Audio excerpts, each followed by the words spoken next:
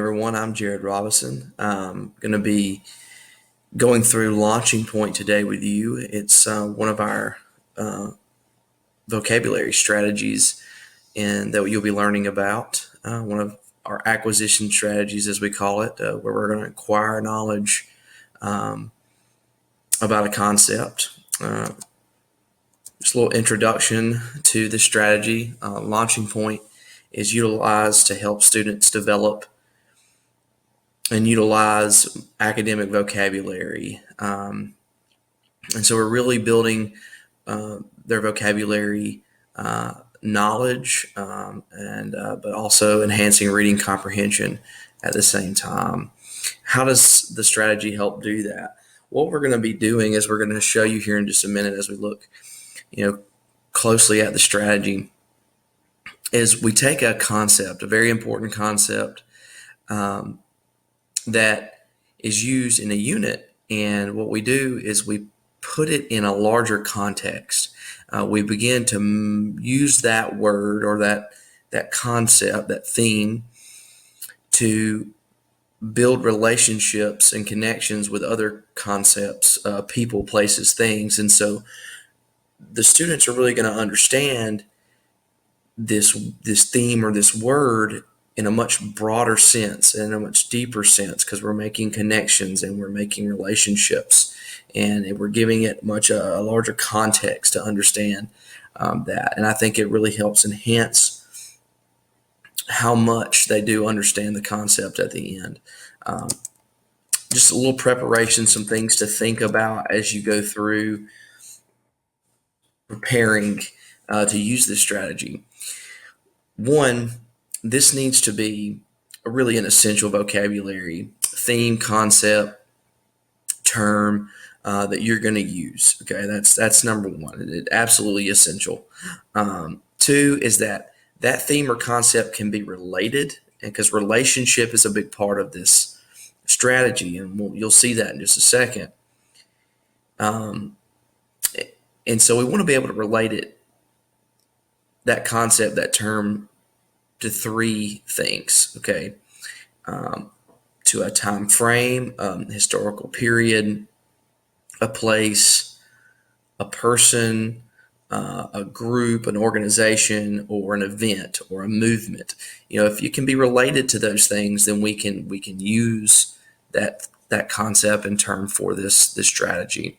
And then what we're doing, because we are acquiring knowledge about this concept, for the first time, or they may not have a lot of background knowledge, is what we're saying here, is you need a text, and one that's of appropriate rigor for your classes, and that can obviously be a secondary source, or some informational source that is going to help them provide and be able to make those relationships, those connections we're going to look at here in just a second. Can I show you what, and not just a secondary source, a primary source as well. So I'm going to look real quickly at, just feel free to use either sources in these, because they can gain, whether it's primary or secondary, they can gain the knowledge they need for relationships. You just really want to make sure that the information is there to allow them the opportunity to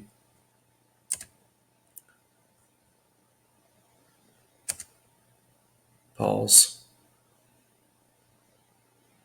You just want to make sure that the information is there that allows them to make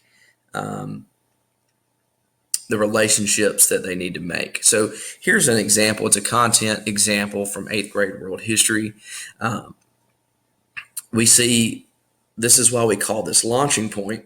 If you'll look right here, I'll move my mouse there, but it says Hadrian's Wall. And so Hadrian's Wall is what this strategy is all hinged around. It's the launching, it's the term that launches us off into this strategy, and everything is connected back to this launching point term. And so if you'll notice, though, around the rocket there, we have three other terms listed. We have Britannia, we have the Roman Empire, and we have Hadrian. So we have a person. We talked about the relationship earlier.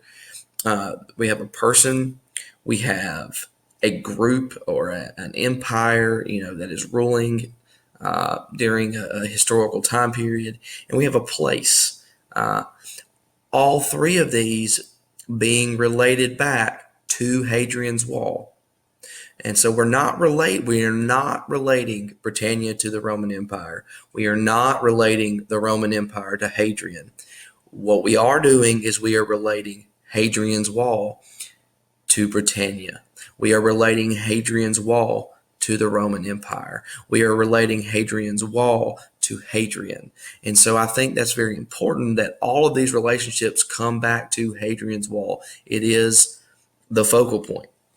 And so just to give you an example here, we've got Britannia. Britannia is the northern Roman province. It's in England. This wall was built, or as we know today, England. This wall was built to separate the Romans from the barbarians in the north, north of the wall's location. And so notice there, though, that you have a relationship, okay, to Britannia, the place, and the wall, and the purpose of the wall in that location.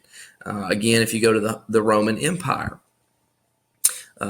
relationship, Hadrian's Wall became a symbol of the longevity of the Roman Empire, lasting for over 300 years with many improvements and fortifications. So again, that is a relationship between the Roman Empire and Hadrian's Wall. Hadrian's Wall, the importance of Hadrian's Wall to the Roman Empire and what that meant. Same thing with what we're going to do over here with Hadrian, the emperor who's credited with the creation of Hadrian's Wall. And so as you see, everything's linked back to that. So again, it's got to be an important concept. And then from that, it needs to have these relationships. And this is a great example of eighth grade world history. And you can do this in any of the social studies subject areas. Just a little bit of procedure and process as we prepare. Obviously, you want to go over, students, just the importance of understanding terms in context and how that really helps to, we want to go deeper than just I'm looking it up in a glossary and I'm defining, and then I move on. We're helping establish really a lot of meaning to a word when we do it this way, and we make these relationships. Obviously, it's always great when you're going to do any of these strategies that if you can tap into some prior knowledge, give them a generic example of, maybe you can use baseball and come up with 3 relationships to a baseball game or anything like that you think, okay, this is something that they connect to. Let me show them how to make these relationships with some generic examples, and then I'll move them into the content examples. And that's perfectly fine to do that. It's good to build their ability to understand how to do and complete the strategy that you want them to complete. We want to make sure that obviously you've got the launching point template there that you're going to be providing them, that's going to help them succeed and work through what you're asking. To make sure you've got a text that appropriately addresses the relationships that you want them to be able to address. Also just discuss with them what a thorough relationship is. Give them examples of that. Make sure they understand what's acceptable, not acceptable. Always setting high quality expectations for our writing and the work we do. One thing I didn't say is, and I'm a big annotation guy, and so I'm gonna go back really quickly if I can. There we go.